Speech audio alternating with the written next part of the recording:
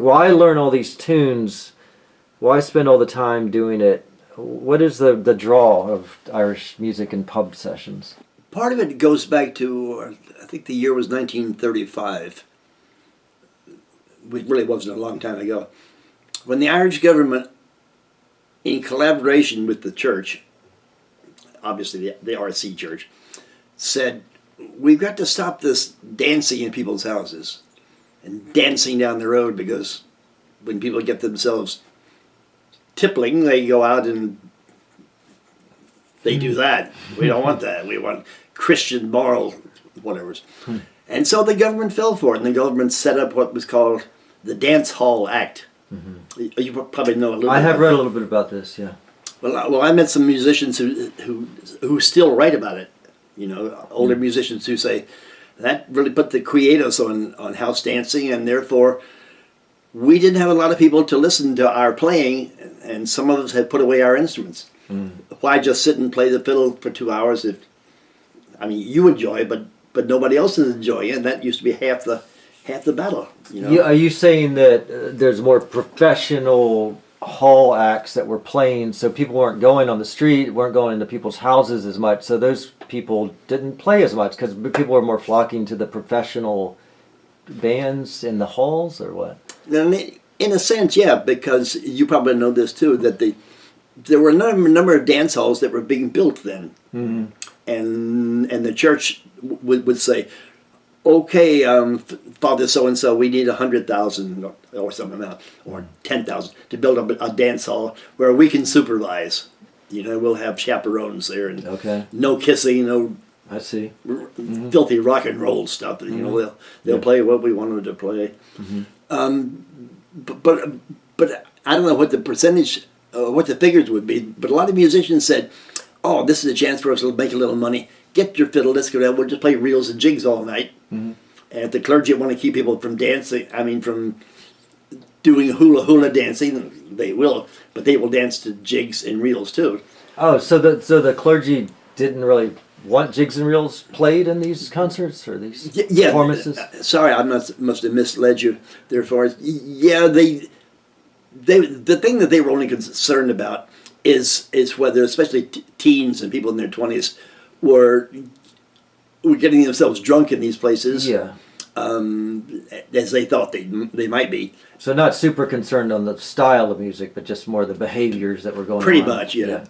And when they found out that the musicians couldn't play American music, they couldn't play rock and roll, they played Irish music, they said, well, that's kind of a relief. All right, go ahead and play all that deedly stuff. So the musicians said, fine. Yeah. And then I don't know how it actually happened that people started playing more in pubs. I guess because there was a growth of musicians, they all wanted a place or two to play, and so I've always gotten the impression, Forrest, that playing in pubs was a slow movement. A lot of in fact, I can remember this in the 70s. Some pub owners and people behind the bar would say, we don't want this traditional music in here. What is that deedly-dee stuff? Yeah, because rock and roll was huge around the world. And so were you in Ireland in the 70s? Yeah. Okay. 4 times in the 70s. Okay. I spent a lot of time there. Okay. And to give you an example, a friend and I went into a pretty large pub in Cork City on a Sunday afternoon once in 1972, and there was no music there that we could hear, but we went up to the door, and I went in the door, and a barman came out in a white apron and bow tie, a guy with silver slick down hair, and said to my friend, I'm sorry, miss, but there are no women allowed in the pub. Women aren't allowed in the pubs in Ireland, in most pubs. So you'll have to go away. And she said, what? This is the 21st century. So in the 70s, women were not allowed in pubs for the most part? In a lot of pubs. Okay. Now, if it was the majority of the, I don't know. Okay. Wow. But certainly a lot of women. Now, some pubs, if they had a little section called the snug, which was like a little, maybe a little enclosed area in the pub. That's where women could go and have their discreet pint of Guinness. Interesting. And nobody would know that they're in there, and the barman would serve them through a little wooden hatchway. Ah, interesting. Ladies, we're gonna have another one. Nobody knows you're here. The snug. They can also get away from the kids. Yeah. Get away from their husbands and just talk lady talk for a couple hours. Clergyman. Smoke a cigarette. Yeah. But didn't everybody know about it? Yeah. But it was kind of enclosed enough where they had some privacy. And Oh yeah, they had wooden partitions up. oh, okay. 6 or So 8 nobody feet. knew who was in it. No, not unless you saw them go in there. Okay. In fact, they may have had even a separate door outside. Yeah, you could get in there Oh, interesting. without being spotted. Yeah, I never heard about that. Yeah. Cool. The snug. The snug. That should almost be the name of a jig or something. So okay, so you experienced a lot of.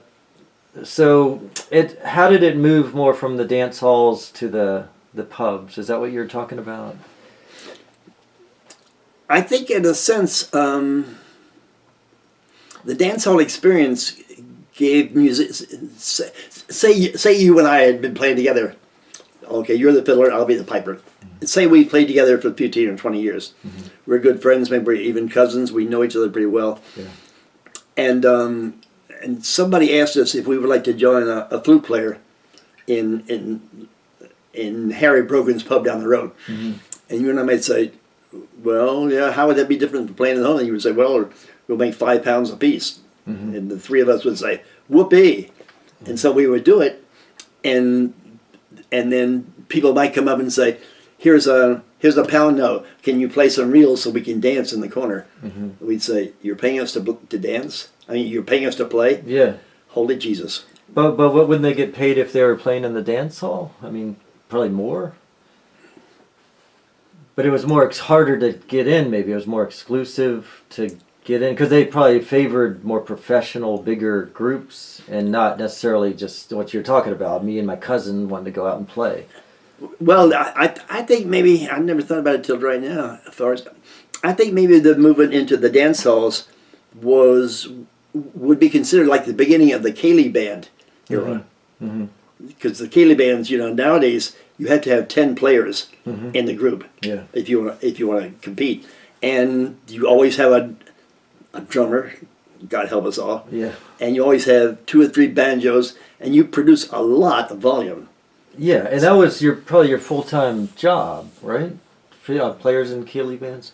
Okay. So you had a lot of working class people that just wanted to go to the pub and play music and dance. So they probably weren't getting their needs met with this Céilí band. That's only a certain type of person that could do that, You have a large part of the Irish population that wanted to just play and take part and not have this exclusive, set apart, controlled thing, Good point. And especially as you've got more and more sub-teens and teens and 20-year-olds learning to play the music, they want to play somewhere. Yeah. Now, it used to be till 10 years ago that if you were age 15 and you wanted a pint in a pub when you were playing, you got it. And the barman would say, when are you turning 16? As he's pouring your pint. So there was no Puritan aspect about it at all. Yeah, people use common sense, and if the kid was abusing it, they probably would cut him off. Or tell his parents. Yeah. So you've got more and more people playing. So that now they're just thousands and thousands of people playing every conceivable sort of traditional instrument, and they're all over. And when you go to little towns in Ireland, if there's a weekly paper, there's always an advert in there about there'll be a session at O'Flynn's at 8 o'clock on Friday, Saturday, and Sunday. Yeah. All musicians welcome. Yeah. So it's a far turn from bartenders saying, we don't want that kind of stuff in here now. Right. They're begging for musicians and they'll pay them. Okay. So it's kind of a freedom. It was we need more places to play. We can make money on our own without going through this whole clergy dance hall apparatus. So let me get the timeline straight. When were the Céilí dance hall bands? When was their heyday, and when was Cultus was the early 50s, and the dance hall was the 30s, did you say? Like how do they work vis-a-vis each other? Was it at the same time where did cultists kind of recognize that this dance hall phenomenon has kind of killed a lot of local musicians and we need to revive it? Was it partly due to the dance hall effect? I hadn't thought about that before. I think yes and no. I think cultists has always preferred, at least they've stated so, that they really think that the healthiest thing for Irish music is to have groups of 2, 3, 4, 5 people playing in this pub or in this hall or this place, because you get to know your fellow musicians better. If you're playing this jig, then everybody else can learn that jig pretty easily. On the other hand, if you're playing just 5 people at a pub, you're only, say, playing to maybe 20 people in the pub. In the dance halls, you could be playing 50, 100 people, and people are dancing. And sometimes in pubs, you can play traditional music, but you're not supposed to be dancing. You're supposed to be drinking instead of dancing, because the barman needs to make that money. So in the dance halls, well, there'll be a little bar in there, but if people are up there dancing and they know that the band is going to be playing, say, for 3 hours or 4 hours, and they often play, practically all night long. The barman made a fortune. Yeah. The band would make some good money, and late in the night, people would say, "Hey, here's a 20, here's a 10." Yeah. So I think the musicians. I've noticed that when I played out in bands, the drunker people get, the more tips you tend to get. Yeah. Yeah, even if they ask you, can you play any Creedence? And you think, the Rain and that song on Evil Rain. Yeah, if you played that, I'll give you a. Yeah, I think I hate to admit it, in my life, I probably played Sweet Child of Mine, Country Roads. I don't know. If somebody's going to offer me a $50 bill, I'll play it. Yeah, I hate to be And besides, the next day they won't remember whether you played it or not. Yeah, and who cares? Yeah. Okay, so why do you think people keep coming back to sessions and make it a big part of their life and just really, really enjoy it and crave it? Well, I think, say you learn to play the whistle or you learn to play the concertina. Maybe you start out thinking, I really like what those people are playing. I wonder if I could do that. Didn't I have piano lessons when I was a kid? And you think, okay, I see the notation for this tune. I know they say the oral approach is best, but right now I can just barely get through this tune.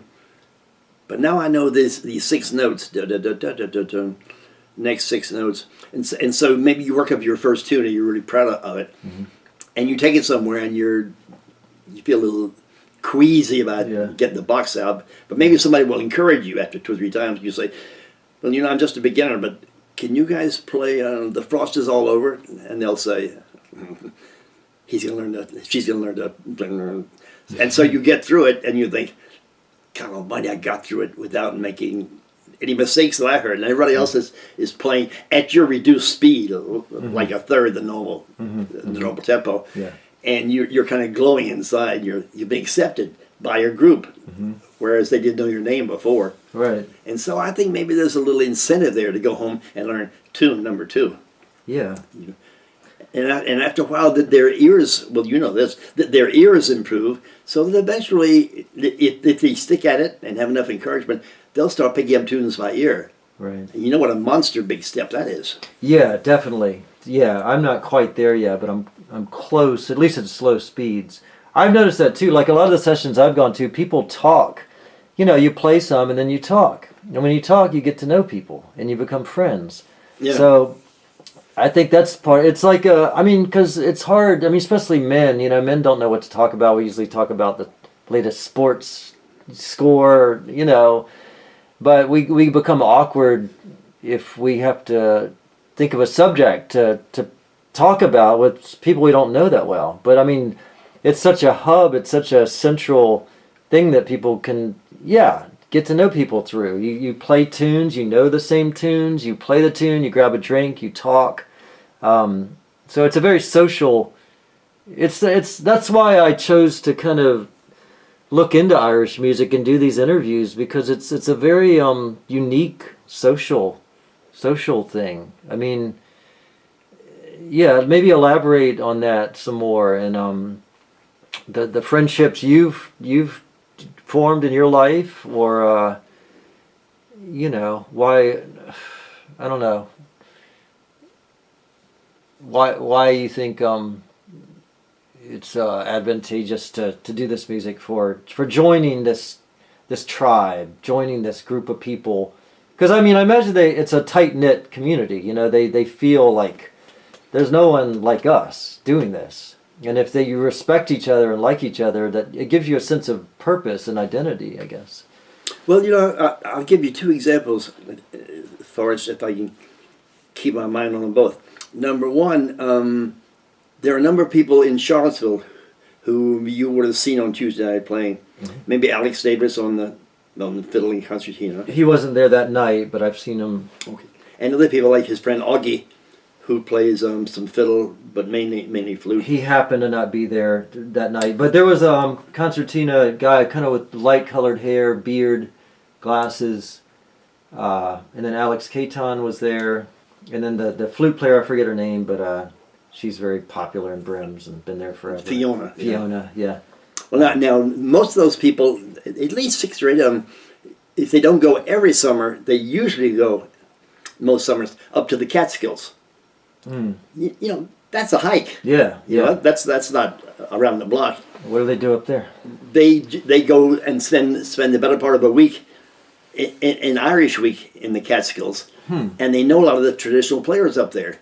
So bringing up your motif of friendship, they take their music, because they're pretty advanced players. There's about as advanced as you get in the U.S. Yeah. They'll go up there, and people will say, "Oh, you're that Charlottesville crowd. Yeah. Did you ever learn Lucy Campbell, or did you learn The Frost Is All Over?" They'll say, "Well, yeah, because you guys played it. We heard it. Mm-hmm.